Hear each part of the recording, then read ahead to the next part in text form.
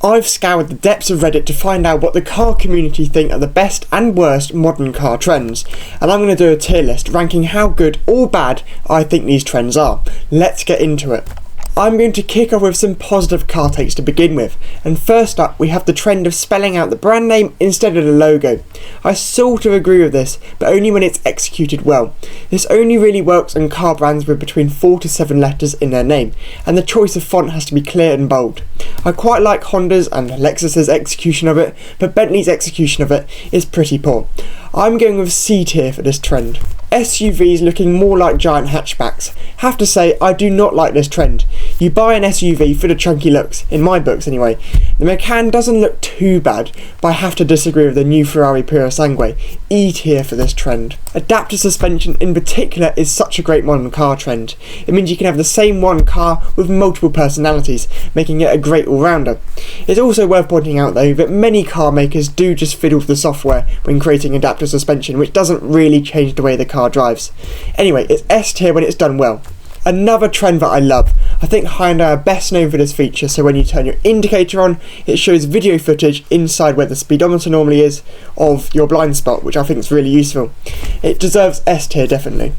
Colourless tail lights. I can see why people like them, but personally I don't find them very imaginative. I think the yellow headlights of old French cars are much better than this. I'll put this trend in C tier. That's all the positive takes done on Reddit. Now it's time for the negative ones. Rather unsurprisingly, there are quite a few more negative ones than there are positive takes. First up, I'm taking a look at a classic, the good old no more physical buttons rant, and fair enough, I do agree with the people on Reddit with this one. Every car should have physical controls or buttons for the ventilation, volume and touch sensitive controls on VWs in particular need to be banned. Absolute F tier trend. Things are looking up though, because the VW design boss said that physical controls are coming back. He said that, this is word for word, it's a car, not a phone, and very apologetically he also said we will never ever make this mistake anymore.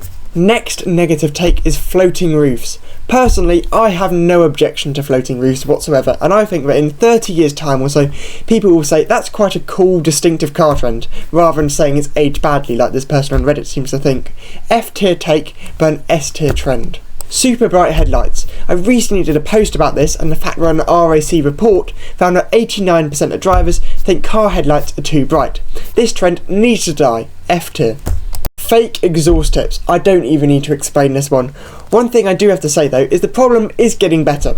The recently discontinued A6 was the worst offender for this, but the latest iteration, released like a couple weeks ago, appears to have scrapped this trend, which is very nice. Subscription requirements are alright on a cheap £10 smart home device, but on a high-end car, there's no justification for it. Subscriptions are still a problem today, with the recently released Jeep Wagoneer capping full power without a subscription. F tier trend. Replacement of rear-wheel drive with all-wheel drive in performance cars. I have nothing against this personally. Most people who buy performance cars are looking for a good daily driver, and I think all-wheel drive really helps to deliver that. Besides, you still have the option of selectable rear-wheel drive in the BMW M5 and Mercedes E63. A tier trend. Gigantic wheels. This is a tough one for me, because I think it's a fine balance between making a car not looking like it's on sofa wheels and also ensuring it has a good quality ride. Personally, I think car makers should offer the option of both, but at the end of the day, I think ride comfort is a little bit more important than the styling. D tier trend for me. Piano black is acceptable, but only when it's in the appropriate places on a car.